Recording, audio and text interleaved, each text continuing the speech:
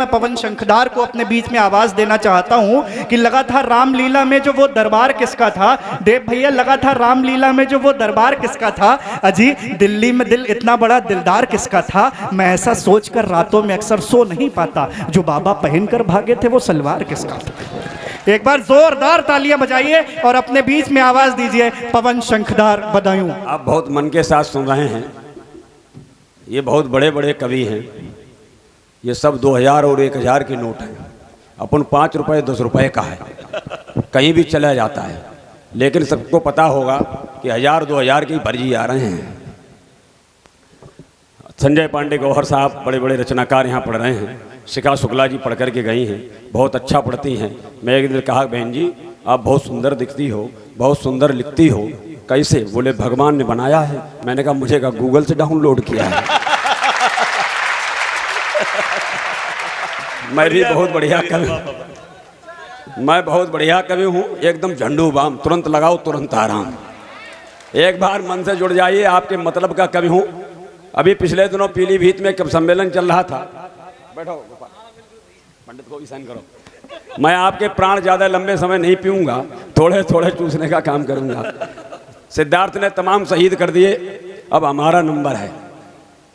आपकी तरह एक श्रोता बार बार घूम रहा था पीलीभीत के कवि सम्मेलन में। मैंने पूछ लिया, भाई साहब चैन नहीं है? बोले चैन तो है, खुल नहीं रही है। मैं बड़ी समस्याएं हैं, बड़ी दिक्कत है भाई साहब। जब पहली बार मेरा विवाह हुआ, पत्नी घर पर आई तो बोली कहीं घुमा दो, तो मैं उसे शमशान घाट ले गया। बोली ये कोई आने की जगह है। मैंने कहा देवी यहाँ आने के लिए मरना पड़ता है। मैं अपने क्लास का बहुत अच्छा विद्यार्थी रहा। ये गोपाल पाठक हमारा क्लास फेलो है, हम दोनों साथ साथ फेल हुए। एक बार गुरुजी ने हमसे प्रश्न किया कक्षा में, बताओ महाभारत का युद्ध क्यों हुआ? तो कोई नहीं बता पाया, सिर्फ हमने बताया। हमने कहा गुरुजी पुलिस नहीं थी, पुलिस होती तो मामला ले लेके मामला खत्म हो जाए। बहुत बढ़िया। हास्य का कवि हूँ, ठहाके का कवि हूँ। थोड़ा मन देंगे तो अच्छा लगेगा। सारे कवि, सभी लोग कविता पढ़ रहे थे, पीछे से आवाज आ रही थी, क्या बात है क्या बात है। बात कुछ नहीं थी, और बात यह है कि बात कुछ है नहीं। आप बहुत मन के साथ सुन रहे हैं, आपने मन बना दिया है। 2-4 कविताएं आपको सुनाऊंगा, समझ में आई तो ठीक, वरना 15-20 और सुनाऊंगा। कवियों की स्थिति यह है कि पिछले दिनों एक कवि सम्मेलन में एक कवि शायर शेर पढ़ रहा था। उसने कहा कि शोहरत भी ले लो, दौलत भी ले लो। एक श्रोता खड़ा हो गया, बोले इसकी औरत भी ले लो। मैं अपने विद्यालय का बहुत अच्छा विद्यार्थी रहा। गुरुजी ने एक दिन प्रश्न किया, ये बताओ लड़की पे कौन सी मात्रा लगेगी? मैंने कहा पहले लड़की दिखाओ, छोटी होगी छोटी लगा देंगे, बड़ी होगी बड़ी लगा देंगे। क्या बात है, वाह वाह वाह। दूसरा प्रश्न किया, कहा कि संस्कृत जानते हो? मैंने कहा जानता हूं। मैं नहीं, बात ये मैं विद्वान टाइप का कवि हूं। ये सारे लोग बड़े कवि हैं, बड़े बड़े मंचों पर जाते हैं, चैनल पे भी जाते हैं, लेकिन मैं भी आता हूं। मैं आपको डिस्कवरी पे मिल सकता हूं। ये सब बड़े विद्वान कवि हैं, डॉक्टर हैं। मैं एक बार डॉक्टर साहब तेजू साहब के घर गया। मैंने कहा डॉक्टर साहब ये डिग्री तो बहुत बड़ी है, कैसे प्राप्त होगी? बोले ऐसे नहीं मिलती है। मैंने कहा फिर? बोले इसके लिए बहुत काम करना पड़ता है। जब ये घर दोबारा आए तो हमने भी यहाँ एक पट्टिका लगाई, उस पर लिखा पवन शंखधार के HSP। इन्होंने कहा ये क्या डिग्री? मैंने कहा ये बहुत बड़ी है। बोले क्या मतलब? मैंने खींच खांच हाई स्कूल पास। क्या कहना। ठहाके का कवि हूँ, मस्ती के साथ सुनिएगा। पूरा एक बार मन दीजिए, पूरा सदन दोनों हाथ उठा करके तालियां बजाए।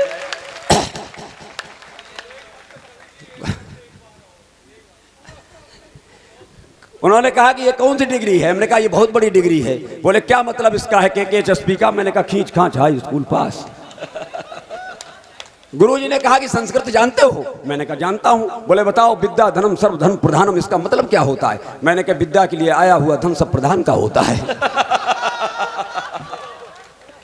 बोले बताओ आप बता सकते हो? मैंने कहा पूछिएगा, मैं तो था ही विद्वान आदमी। कहा कि बताओ राहुल गांधी भविष्य के प्रधानमंत्री होंगे, कौन सा अलंकार है? मैंने कहा संभव अलंकार।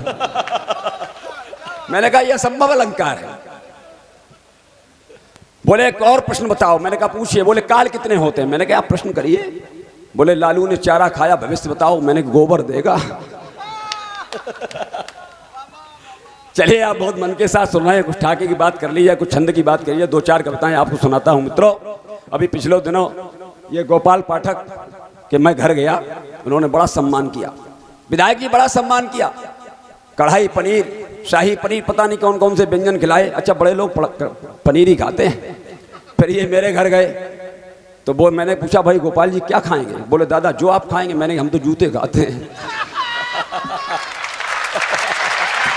बहुत अच्छा है, वाह वाह वाह वाह। भाई क्या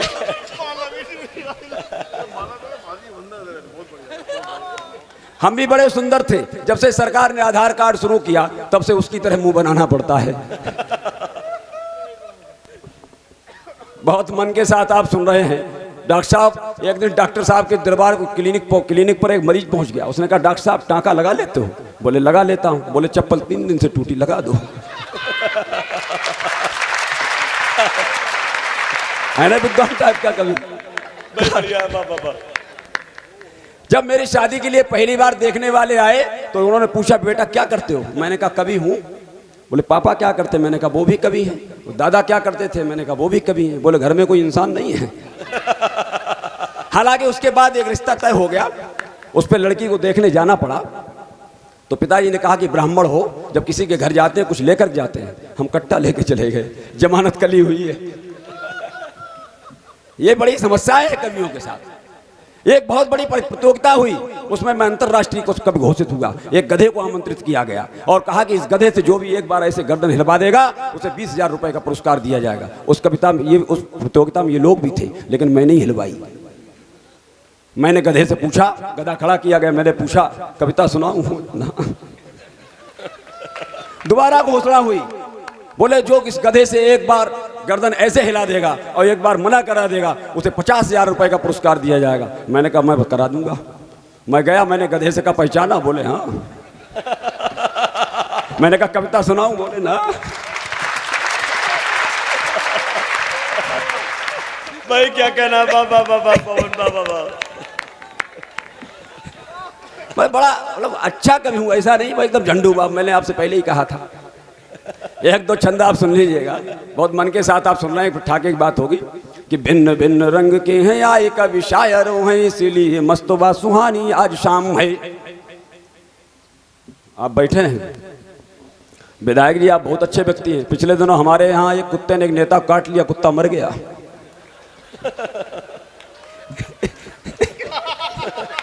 समझ गए हो? तालियां बजा दो।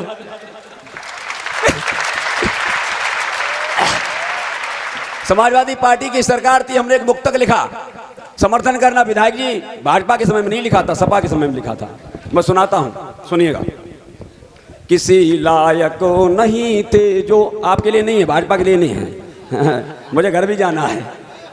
किसी लायक नहीं थे जो बेलायक हो गए हैं अब।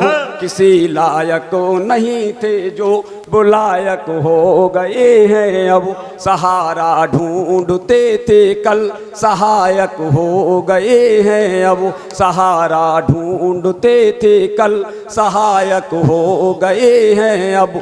कभी थाने में जा कर के टंगी सूची को पढ़ लेना, जिन्हें होना था जेलों में विधायक हो गए हैं अब। जिन्हें होना था जेलों, आपके लिए नहीं है, ये सपा सरकार में लिखी थी। हमारे विधायक जी तो बहुत अच्छे हैं, रामबाबू पासवान जी का तो जवाब ही नहीं है। इनका फोटो हमने देखा, मैंने कहा बड़ा गुस्से में है ये तो। मैंने भयभीत हो गया, मैंने अग्निहोत्री जी को फोन किया, मैंने कहा ये बताओ ये फोटो तो बड़े गुस्से में है। बोले फोटो आता है, देखने में अच्छे हैं। ये हमारे मंच का काला धन है। आप पढ़ रहा था कविता, आप सुन रहे थे। एक बार इनको स्विमिंग पूल में ले गए, स्विमिंग पूल का मालिक बोला ये तो रंग छोड़ते हैं। फिर इनको हम समुद्र के किनारे ले गए, हमने इनको काला चश्मा लेकर लिटलवा दिया, ऊपर से कौवे मंडराने लगे। उन्होंने सोचा मेरा देवता मर गया। अरे तुम्हें वापस जाना है या नहीं बदायूं? 2-4 कविताएं सुन लो, मैं सबसे ज्यादा समय ले रहा हूँ, मसाला बहुत है लेकिन टाइम कम है। कि भिन्न भिन्न रंग के हैं आए कवि शायरों हैं, इसलिए मस्तबा सुहानी आज शाम है। एक दूसरे से कम कोई नहीं दिखता है, सबका ही बड़ा एक अपना मुकाम है। एक दूसरे से कम कोई नहीं दिखता है, सबका ही बड़ा एक अपना मुकाम है। पीड़ितों की बन के सदा से ही आवाज रहा, जन जन को जगाना इनका ये काम है। और तालियां बजा कर के हौसला प्रदान करे, शंखदार करो बद्ध करता प्रणाम है। तालियां बजा कर के हौसला प्रदान कर, शंखदार करो बद्ध करता प्रणाम है। और तालियां क्यों आवश्यक हैं तब कहना चाहता हूँ। पिछले दिनों एक दरोगा जी हमें मिले हमारे मोहल्ले के, बोले पंडित जी कविता हम भी लिख लेते हैं। तो मैंने कहा सुनाओ। उन्होंने कविता सुनाई, बोले कैसी लगी? मैंने 2 कौड़ी की। उन्होंने ले जाकर जेल में डाल दिया। 15 दिन बाद जमानत हुई, फिर दोबारा मिले, बोले कविता मैंने कविता लिखी। मैंने कहा सुनाओ। मैं उठ के लॉकअप में चला गया। मैंने कि जाना ही ठीक है कि घर परिवार छोड़ो रात में है आए, आप आए हैं तो फिर कुछ लाभ तो उठाइए। और गीत बा गजल और छंद की बहेगी गंग, मन को प्रसन्न कर डुबकी लगाइए। कैसे रंगहीन गंधहीन स्वादहीन बैठे आप थोड़ा मुस्कराइए। अमूर धन्य कवियों से मंच हो रहा है धन्य, एक बार जोरदार तालियां बजाइए। एक बार कविता ऐसी लिखो अपने आप तालियां बजाइए, माल अच्छा होगा तो ठीक पेमेंट होगा ही। बहुत अच्छे। आज ये कोटी का असर दिख रहा है तुम्हारा। बात ये नहीं है, बात ये है जब हम पीलीभीत आते हैं तो पीली पहनते हैं, और हरिद्वार जानते हैं तो हरी हरी पहनते हैं। मैंने अमिताभ दादा से कहा कि मुझे नागालैंड जाना, बोले नहीं नहीं जाना। बात ये है कि श्रोताओं की तालियों की ताल सुनो, कभी लोग फूले ना समाते। इस देखिए इस कविता इस छंद के बाद अंत में आपको प्रणाम मिलेगा। तालियां ना बजाओ तो क्या करना पड़ता है कि श्रोताओं की तालियों की ताल सुन, कभी लोग फूले न समाते और झूम झूम जाते हैं। श्रोताओं की तालियों की ताल सुन, कभी लोग फूले न समाते झूम झूम जाते हैं। तालियों के ही प्रभाव से इशारे दे के पुत्रों, आप में जो सोई है वो चेतना जगाते हैं। तालियां बजाने से शरीर तंदुरुस्त रहे, बाबा रामदेव ये सहर्ष समझाते हैं। और जिसने नगत जन्म में किया ये पुण्य कार्य, वही आज घर घर तालियां बजाते हैं। वही आज घर घर तालियां बजाते हैं।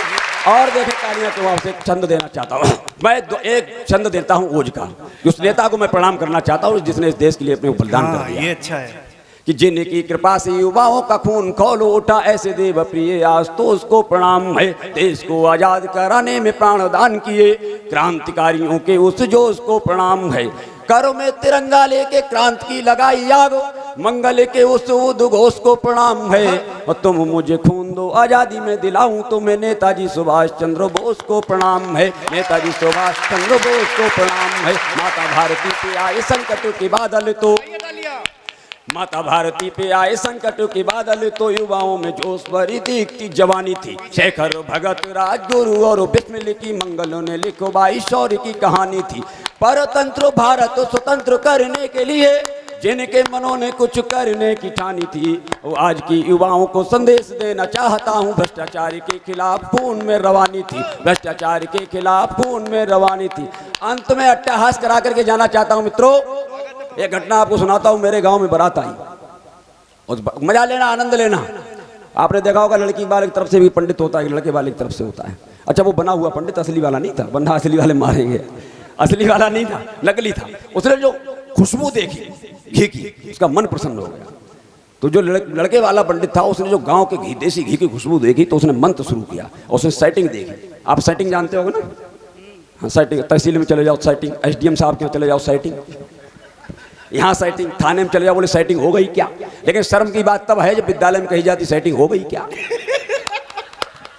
तब कहना चाहता हूँ तो पंडित ने सामने वाले पंडित से सेटिंग, उस सेटिंग का आनंद लेना, अट्टहास करना, मुझे विदा करना तालियों के साथ। उस पंडित ने जो मंत्र पढ़ा सेटिंग वाला, उसने कहा ओम गंगणपत। अच्छा होता क्या, जो लड़का वाला मंत्र पढ़ता है ब्रह्म पंडित, वो लड़की वाला पढ़ता है। सुनो आप भी सुनो, आपको अच्छा लगेगा, आपने बहुत शादियां की होंगी। तो लड़के वाले ने पंडित मंत्र पढ़ा, ओम गंगणपतये यजामहे सुगंधि पुष्टि वर्धनम, घी चोरो घी चोरो घी चोरो। अच्छा वही अरे रंग में यार भाई, वही मंत्र लड़की वाले को पढ़ना था। फिर उसने वही मंत्र पढ़ा, वो समझ नहीं पाया, सेटिंग नहीं बन पाई। लड़की वाले ने पढ़ा, उसने कहा ओम गंगणपतये यजामहे सुगंधि पुष्टि वर्धनम। किसमें चुरा लूं, किसमें चुरा लूं, किसमें? अब वो लड़के वाले ने बताया कहाँ चुराना। उसने कहा ओम भूर्भुवः स्वः तत्सवितुर्वरेण्यं भरेण्यं, कुल्हड़ में चुरा ले, कुल्हड़ में चुरा ले, कुल्हड़ में। वो कुल्हड़ में चुरा करके उसने बहुत सारा घी इकट्ठा कर लिया। वहां एक नाइन जानते हो ना, बाय पाप नौआ नाइन, वो प्राकृतिक पत्रकार, उसने एक राग पत्र निकाला, उसने देख लिया, उसने कहा मेरी पहली भंवरिया रे कि पंडित अपने घी चोर हैं, मेरी पहली भंवरिया रे कि पंडित अपने घी चोर हैं। अब वो लड़के वाला पंडित को गुस्सा आया, क्रोध आया बहुत तेज। उसने कहा हम दो शांति अंतरिक्ष गाम शांति रापा शांति रोज दया शांति है, नाइन तू भी शांत हो जा, आधा तेरा आधा मेरा।